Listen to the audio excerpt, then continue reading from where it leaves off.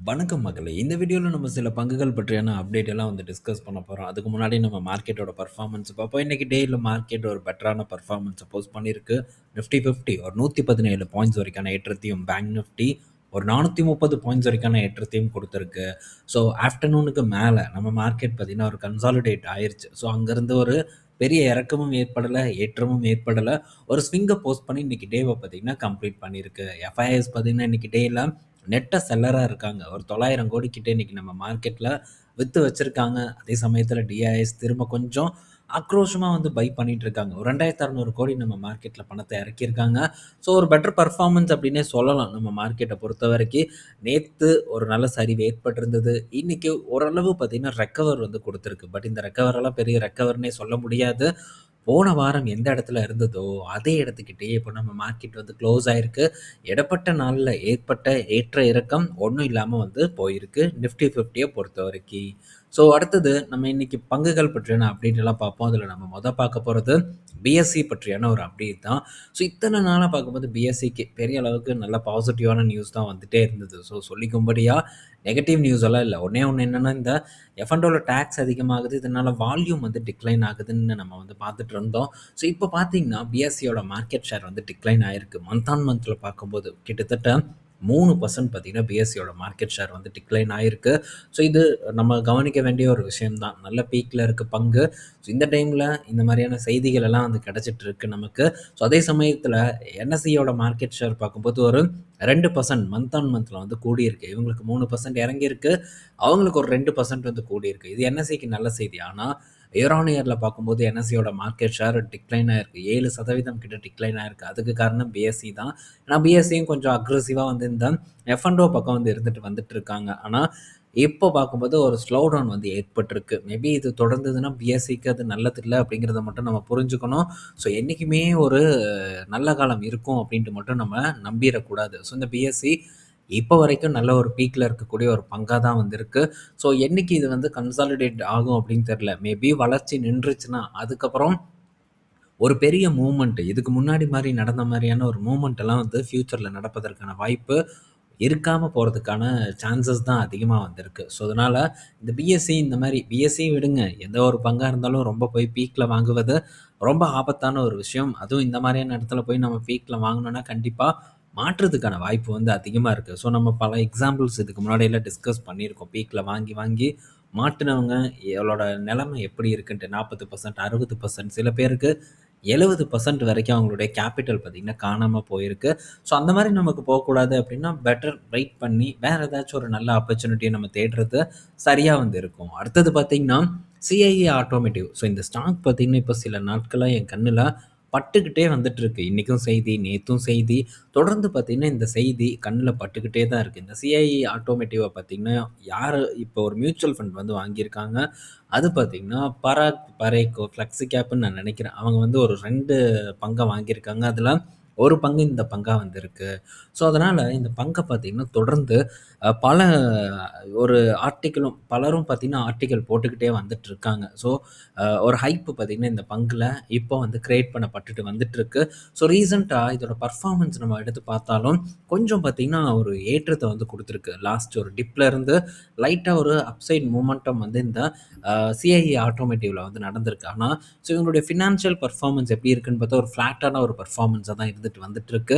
So already இந்த பங்க அந்த ஃபண்ட் ஹவுஸ் வச்சிருக்காங்க. இப்போ கொஞ்சம் கூடுதலா பார்த்தீங்கன்னா, பங்க வாங்கியிருக்காங்க. அ இதனால ஒரு ஒரு பெரிய ஒரு பாசிட்டிவ் இம்பேக்ட் ஏற்பட்டுட்டு, ஸோ இந்த ஃபண்ட் வாங்கியிருக்காங்க, நம்மளும் வாங்குவோம் அப்படின்ட்டு பலரும் இதில முதலீடு பண்றதுக்கான வாய்ப்பு அதிகமா இருக்கு. ஸோ ஃபண்ட் ஹவுஸ் வாங்குறாங்க அப்படிங்கிறதுக்காக நம்ம முதலீடெல்லாம் பண்ண முடியாது. ஸோ ரொம்ப கேர்ஃபுல்லா இருங்க இந்த மாரியான ஒரு விஷயத்தில. ஸோ இவங்களுடைய பெர்ஃபார்மன்ஸ் பாருங்க. கடந்த ஒரு 12 காலாண்டா ரெவென்யூலயும் குரோத் இல்ல. அதே மாரி ப்ராஃபிட்லயும் குரோத் இல்லாம இருக்கு. ஸோ இந்த மாரி குரோத் இல்லாத ஒரு ஸ்மால் கேப் பங்கெல்லாம் கண்டிப்பா சரிவடைவதற்கான வாய்ப்பு இருக்கு. ஆனா இது ஒரு எம்என்சி கம்பெனி. ஸோ ஸ்பெயினை சேர்ந்த ஒரு கம்பெனி தான் இந்த நிறுவனத்தோட பேரண்ட் நிறுவனமா வந்து இருக்கு. ஸோ எம்என்சி நிறுவனம் அப்படிங்கிறனால கூட ஒரு நம்பிக்கை வந்து இருக்கலாம். ஆனா, ஸோ ஃபண்ட் ஹவுஸ் வாங்குறாங்க அப்படிங்கிறதுக்காக நம்ம டெஃபினட்டா வாங்கக்கூடாது. ஸோ பெர்ஃபார்மன்ஸ் பத்தி நம்ம டிஸ்கஸ் பண்ணியிருக்கோம். ஸோ ரொம்ப கேர்ஃபுல்லா அனாலிசிஸ் பண்ணிட்டு அதுக்கப்புறமா ஒரு டிசிஷனை வந்து மேக் பண்ணுங்க. ஸோ அடுத்தது பார்த்தீங்கன்னா சுஸ்லான். ஸோ இந்த சுஸ்லான் பார்த்தீங்கன்னா தொடர்ந்து இப்போ சரிவில் இருக்கு. 21 மாசம் லோல பார்த்தீங்கன்னா இந்த சுஸ்லான் வந்து ட்ரேட் ஆயிட்டு இருக்கு. ஸோ இந்த சுஸ்லான் வந்து ஒரு பீக்ல இருக்கும்போது நம்ம டிஸ்கஸ் பண்ணோம். ஸோ இங்கேருந்து டாப் லெவல் லீடர்ஷிப்ல இருக்கக்கூடிய ஆட்கள் எல்லாம் ஒவ்வொருத்தங்களா வந்து காலி ஆயிட்டு இருந்தாங்க. அதுக்கப்புறம் இன்னொரு ஒரு விஷயம் என்னன்னா, ஆர்டர்ல வந்து சில கேன்சலேஷன் எல்லாம் வந்து நடந்திருந்தது. ஸோ ஒருக்கா நம்ம டிஸ்கஸ் பண்ணியிருந்தோம். இந்த பங்கு நான் பெரிய அளவுக்கு வந்து டீப்பாலாம் நான் ஃபாலோ பண்றது வந்து கிடையவே கிடையாது. ஸோ இதில என்னுடைய நண்பர் ஒருத்தருக்கு ஒரு அனுபவம், ஒரு கசப்பான ஒரு அனுபவம் ஏற்பட்டது. ஸோ இவர் நான் மார்க்கெட்ல வந்த டைம்லயே இத பற்றி என்கிட்ட சொல்லியிருக்காங்க. நான் இந்த பங்குல போட்டு ஏமாந்துட்டேன். இது என்னோட காச வைப் அவுட் பண்ணிருச்சு அப்படின்ட்டு. ஸோ அதிலிருந்தே எனக்கு இந்த பங்கு மேல பெரிய அளவுக்கான ஒரு இன்ட்ரெஸ்ட் இல்ல. ரூ. 5ல இருக்கும்போது கூட இந்த பங்க பார்க்கணுங்கிற ஒரு ஐடியா எனக்கு இல்ல. ஆனா அங்கருந்து ஒரு 10 பேக்கருக்கு மேல ரிட்டர்ன் குடுத்த ஒரு பங்கு தான். இப்போ வந்து ஒரு கரெக்ஷன வந்து போஸ்ட் பண்ணிட்டு இருக்கு. ஆல்மோஸ்ட் ஒரு ரூ. 70 கிட்ட இருந்தது. இப்போ ஒரு ரூ. 44 கிட்ட வந்து ட்ரேட் ஆயிட்டு இருக்கு. ஸோ தொடர் ஒரு வீழ்ச்சி இதில ஏற்பட்டுட்டு இருக்கிறத நம்ம கூர்ந்து வந்து கவனிக்கணும். ஸோ இந்த மாரி பங்குகள் முதலீடு பண்றதுக்கும் பலருக்கும் ஒரு ஆர்வம் இருக்கும். ஆனா ஸோ பார்த்து இந்த மாரி பங்குகள்ல முதலீடு பண்றதுக்கு ட்ரை பண்ணுங்க. ஸோ டீட்டெயில்டா வந்து இந்த பங்க பற்றி தெரியணும். ஸோ இவங்க குடுக்குற விஷயங்கள் எல்லாம் ரொம்ப கரெக்ட்டான ஒரு விஷயமா அப்படிங்கிறதும் உங்களுக்கு புரிஞ்சா மட்டும் தான், இந்த மாரியான இடத்துல நம்ம முதலீடு பண்றதுக்கு ட்ரை பண்ணணும். ஸோ ஸ்க்ரீனர்ல நம்ம பார்க்குறோம். ஸோ இவன் ப்ராஃபிட் பண்ணியிருக்கேன் அப்படின்ட்டு போடுறான். ரெவென்யூ இவ்வளோ பண்ணியிருக்கேன் அப்படின்ட்டு போடுறான். இத மட்டும் நம்ம நம்பலாமான்னு கேட்டா, டெஃபினட்டா வந்து நம்பக்கூடாது. இது மாரி நான் பல கம்பெனிஸ் வந்து பார்த்துருக்கேன். நானும் வந்து ஏமாந்துருக்கேன் ஒரு கம்பெனில. ஸோ இந்த மாரி ரெவென்யூவ போடுவான், ப்ராஃபிட்ட வந்து போடுவான். கடைசில பார்த்தா அது எல்லாமே வந்து போலியா வந்து இருக்கும். என்னைக்கோ ஒரு நாள் வந்து ஒரு ஆடிட் போகும்பானுங்க. அதுக்கப்புறம் பார்த்தீங்கன்னா, இவங்களுடைய ரெவென்யூ டக்குன்னு வந்து ட்ராப் ஆகும். ப்ராஃபிட் ட்ராப் ஆகும். ஸோ இதெல்லாம் வந்து மார்க்கெட்ல நெறைய வந்து நடந்துட்டு தான் இருக்கு. பட் ஒரு இதில வந்து நம்ம அடி வாங்குனதா, கண்டிப்பா அடுத்தடுத்து நம்ம அடி வாங்காம நல்ல ஒரு ஏற்றத்த பார்ப்போம். முடிஞ்ச அளவுக்கு நம்ம ஸ்டார்ட்டிங் ஸ்டேஜ்லயே அடி வாங்கிட்டோம்னா ரொம்ப நல்லது. ஏன்னா ஸ்டார்ட்டிங் ஸ்டேஜ்ல நம்ம பண்ணக்கூடிய முதலீடு ரொம்ப பெருசாலாம் வந்து இருக்காது. ஓரளவா தான் வந்து இருக்கும். மேபி நம்ம ஒரு பெரிய ஒரு தவறான ஒரு இடத்துல தான் அதிக பணத்தையே வந்து நம்ம போடுவோம். ஸோ பலருக்கும் இந்த எக்ஸ்பீரியன்ஸ் இருந்திருக்கும். ஸோ அப்படி பார்த்தாலும் கூட நம்ம ஸ்டார்ட்டிங் ஸ்டேஜ்ங்கிறபோது ரொம்ப பெரிய அமௌண்ட் வந்து போட்டிருக்க மாட்டோம். பட் வளர வளர நம்மளுடைய முதலீட்டு ஒரு தூரம் பெரிய தொகை அப்படின்னு பார்க்கும்போது அதிகமாயிட்டே தான் வந்து போகும். அப்ப நம்ம பண்ணக்கூடிய ஒவ்வொரு ஸ்டெப்பும் ரொம்ப முக்கியமான ஒரு ஸ்டெப்பு. அந்த இடத்துல ஏதாச்சும் நம்ம தவறு பண்ணணும்னா, அது கொஞ்சம் பெரிய ஒரு இழப்பையே நமக்கு ஏற்படுத்தும்.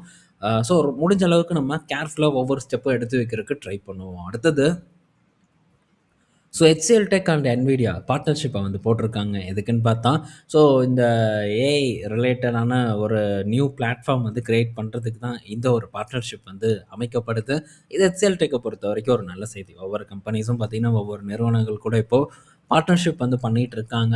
ஸோ இந்த ஏஐ பஞ்சாயத்து என்னைக்கு முடியும் அப்படின்ட்டு தெரியல. ஸோ மேபி முடியுதா? இல்ல புதுசா எதையாச்சும் ஒண்ணு ஆல்ரெடி பிளான் பண்ணி வச்சிருக்கானுங்களா? என்ன ஏதுன்ட்டு நமக்கு ஒண்ணும் புரியல. ஸோ வெயிட் பண்ணி பார்ப்போம் என்ன நடக்குது அப்படின்ட்டு.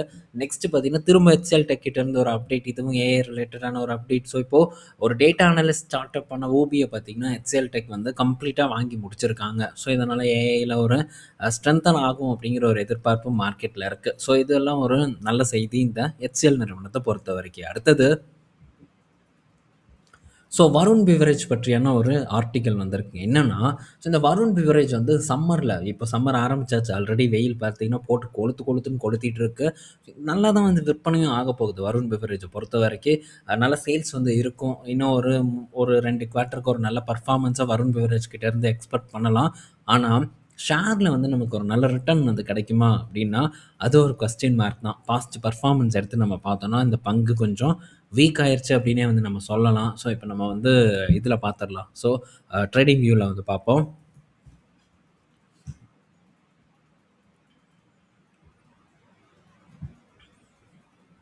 ஸோ, வருண் பிவரேஜ் பொறுத்தவரைக்கி ஆல்மோஸ்ட் வந்து ஒரு ஸ்விங் லோல தான் வந்து ட்ரேட் ஆயிட்டுருக்கு. லாஸ்ட் டைம் வந்து இதே தான் சம்மர் அப்ப வந்து ஒரு பூஸ்ட் கிடைக்கும் அப்படிங்கிற எதிர்பார்ப்பு இருந்தது. ரூ. 420 கிட்ட இருந்து ரூ. 550 வரைக்கும் வந்து போயிருக்கு. ஒரு ₹120 பார்த்தீங்கன்னா, ஒரு ஸ்விங் வந்து இந்த வருண் பிவரேஜ்ல வந்து ஏற்பட்டிருக்கு. ஸோ இவ்வளோ தான் வந்து ஏற்பட்டிருக்கே தவிர, ஒரு பெரிய அளவுக்கான ஒரு மொமெண்டம் வந்து இந்த வருண் பிவரேஜ்ல வந்து ஏற்படல. ஸோ நல்ல ஒரு சரிவு, அங்கேருந்து சின்ன ஒரு ஸ்விங் வந்து ஏற்பட்டிருக்கு.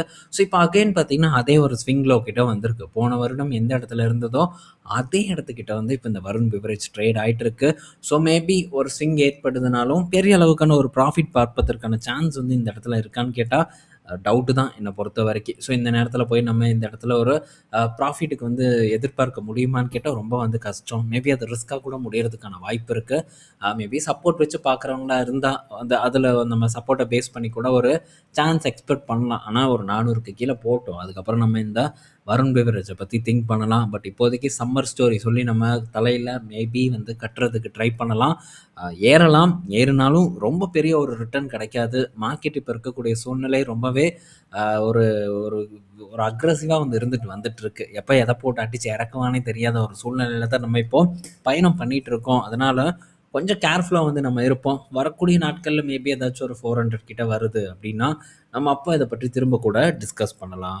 ஸோ இந்த வீடியோல நம்ம பல இன்ஃபர்மேஷன் பத்தி பார்த்திருப்போம். பயனுள்ளதா இருக்கும்னு நான் நினைக்கிறேன். நாளைக்கு நம்ம இன்னொரு ஒரு வீடியோல மீட் பண்ணுவோம். பாய் மக்களே!